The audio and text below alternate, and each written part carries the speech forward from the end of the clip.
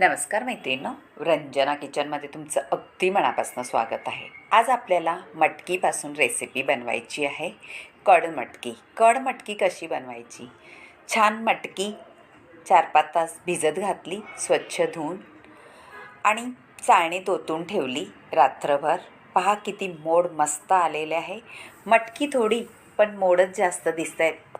इतकी भारी मोड आलेले आहेत. आता काय करायचं आहे पुढे रेसिपीमध्ये? एका भांड्यात घ्यायचे आहे आणि स्वच्छ धुवून घ्यायची आपल्याला मटकी. पाणी घालून 2-3 पाण्याने स्वच्छ धुवायची, म्हणजे त्याचा उगरटपणा कमी होतो आणि आपण रात्रीचं भिजत घातल्यामुळे थोडा आंबूस वास येतो, तो सुद्धा येणार नाही. म्हणून आपल्याला धुवून घ्यायची आहे. त्याच्यासाठी आपल्याला लागणार आहे कांदे मी सोलून घेतलेले आहे साल आणि धुवून घेतलेली आहे. पावसामध्ये किंवा कधीही कांदा आतून काळा होतो, त्याच्यामुळे साल काढून छान धुवून घ्यायची आहे. 1 टॅमॅटो, आलं, लसणाच्या कळ्या आणि अर्धी वाटी एवढं खोबरं. सुकं खोबरं आहे, ओलं खोबरं नाही. आणि हे आहे कोथिंबीर, तीसुद्धा स्वच्छ धुवून घेतलेली आहे. आता आपण काय करायचं आहे? कांदा कापून घ्यायचा आहे उभा आणि एक पॅन ठेवायचा आहे लोखंडाचा. त्याच्यामध्ये आपल्याला थोडंसं तेल घालून घ्यायचं आहे आणि कांदा भाजून घ्यायचा आहे. मैत्रिणींनो, कांदा कसा भाजायचा?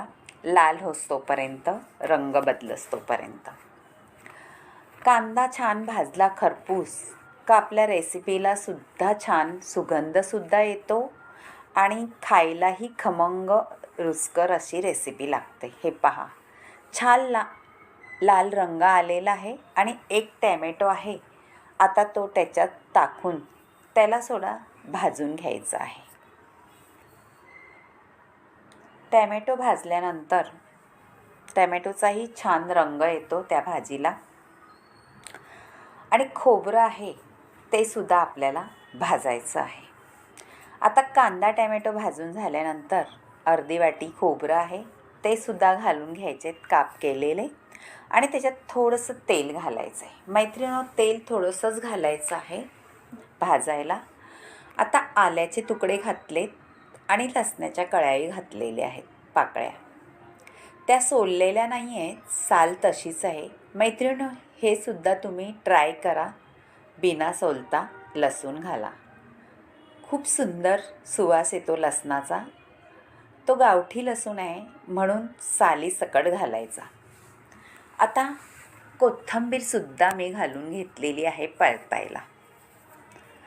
कोथिंबीर परतल्याने काय होतं?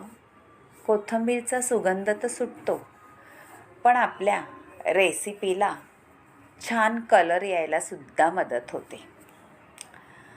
आता आपली मटकी स्वच्छ धुवून घेतलेली, पाणी गाळून घेतलेलं आहे आणि जे मसाले आपण भाजले, कांदा, खोबरं, लसूण, आलं, टमाटर, त्याच पॅनमध्ये आपल्याला मटकीसुद्धा भाजून घ्यायची आहे. मटकीला तेल अजिबात घालायचं नाही भाजायला, कोरडीच भाजायची आहे. पाण्याने आपण धुतल्यामुळे ओलसर झालेली आहे, म्हणून थोडासा वेळ लागेल भाजायला. पण आपण लोखंडाच्या पॅनमध्ये घातली का पटकन भाजली जाते, काहीही वेळ नाही लागत. पहा, छान आळली का नाही, याचा अर्थ आपली मटकी थोडी शिजायला लागलेली आहे. दाबून बघते, पहा थोडीशी कच्ची आहे. अजून थोडे आपण भाजून घेऊ म्हणजे शिजली जाईल. मैत्रिणींनो, मटकी आपल्याला पाण्यात शिजवायची नाही, नुसती भाजून वाफेवरतीच शिजून घ्यायची आहे. अशी मटकी तुम्ही करून बघा, नक्कीच तुमच्या जिभेवर ही चव रेंगाळत राहील. इतकी भारी रेसिपी होते. आता मटकी भाजून झाल्यानंतर आपल्याला एक भांडं ठेवायचं आहे. त्याच्यात थोडंसं 2 चमचे आपल्याला तेल घालून घ्यायचं आहे. तेल घातल्यानंतर आपल्याला फोडणी करायची आहे. थोडं तेल गरम व्हायला पाहिजे, म्हणजे आपले जिरी मोहरीची फोडणी छान तडतडायला लागते आणि सुगंधही सुंदर सुटतो.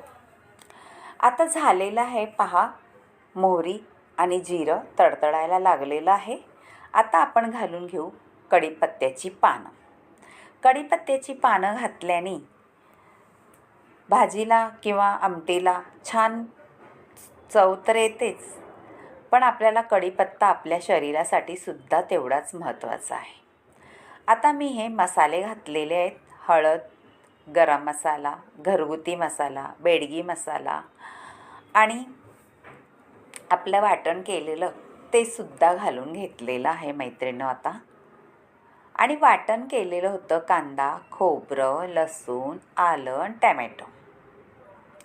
ते घालून घ्यायचं आणि परतून घ्यायचं आहे. आपल्याला मी घडी याच्यासाठी सांगत असते, कारण काही काहींच्या लक्षात राहत नाही काय घातले, म्हणून मी प्रत्येक वेळेस काय साहित्य घातलं ते सांगत असते.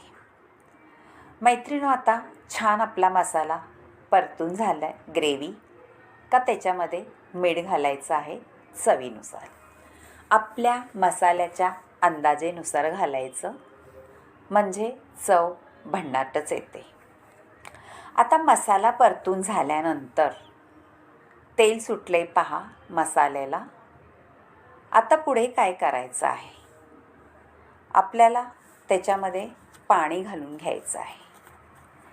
1 ग्लास पाणी पूर्ण घालायचं आहे. मोठं ग्लास आहे ते पूर्ण 1 ग्लास पाणी ओतून ह्या मसाल्याला आपल्याला उकळी घ्यायची आहे. दणदणा खळखळून उकळी आल्यानंतर आपण पहिलं झाकण ठेवायचं आणि मग उकळीला ठेवायचं आहे. हे पहा, झाकण ठेवल्यानंतर उकळी तर दणदणा आलेलीच आहे आणि तेलही सुटलेलं आहे बाजूला. याचा अर्थ आपली मसाले छान भाजले गेलेले आहेत आणि त्याच्यामध्ये ग्रेव्हीसुद्धा छान घोळली गेलेली आहे. आता बारी येते मटकीची. आपण भाजून घेतलेली मटकी कडामध्ये घालून घ्यायचं आहे. याला म्हणायचा कड मटकी. हाय का नाही छान मटकी भाजलेली, स्मोकी, अगदी सुंदर सुगंध सुटलाय मटकीचा भाजल्यामुळे. तुम्ही ही मटकी अशी करून पहा. रोज रोज मिसळ खाण्यापेक्षा आपल्याला मटकी म्हटलं का मिसळ आठवते, पण त्याच्यापेक्षा असा कड मटकी करून पहा, नक्कीच आवडेल. भाकरीबरोबर खा, चपातीबरोबर खा, भाताबरोबर सुद्धा तेवढीच चांगली लागते. आता छान उकळी येऊन द्यायची आहे. मटकी घातल्यानंतर थोडं झाकण ठेवून घेऊ, म्हणजे छान वाफ बसते आणि मटकीचा सुद्धा रसकस त्याच्यात उतरतो. आता उकळी आलेली आहे. मटकी घातल्यानंतर तेलही सुटलेलं आहे. मैत्रिणींनो, पहा, तुम्हाला अशी कडमटकी आवडली तर नक्की करून पहा आणि रंजना किचनला लाईक करा, शेअर करा, कमेंट करायला विसरू नका आणि सबस्क्राईबही करा.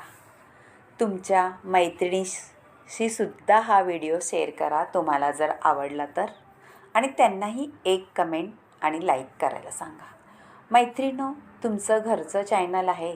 ह्या पद्धतीने तुम्ही मला नक्कीच सांगू शकता का याच्यात काय घालायचं, अजून काही ट्रिक आहे का, किंवा काय घातलं नाही पाहिजे, किंवा खूप सुंदर झाले, असं सगळं मला तुम्ही सांगू शकता. मला वाचायला खूप आवडेल आणि तुम्हाला जर आवडली तर नक्कीच कमेंट करा. बाय मैत्रिणींनो, पहा किती सुंदर कलर आलेला आहे आणि चवीलाही अप्रतिम झालेली आहे. तुम्हाला जर याच्यावरती फरसाण किंवा शेव, कांदा असं घालून खायचं असलं, किंवा पावाबरोबर सुद्धा तुम्ही ही मटकी खाऊ शकता मिसळ करून. नक्कीच करून पहा आणि एक कमेंट जरूर करा. आता झालेली आहे. बाय बाय, भेटूया पुढच्या रेसिपीत.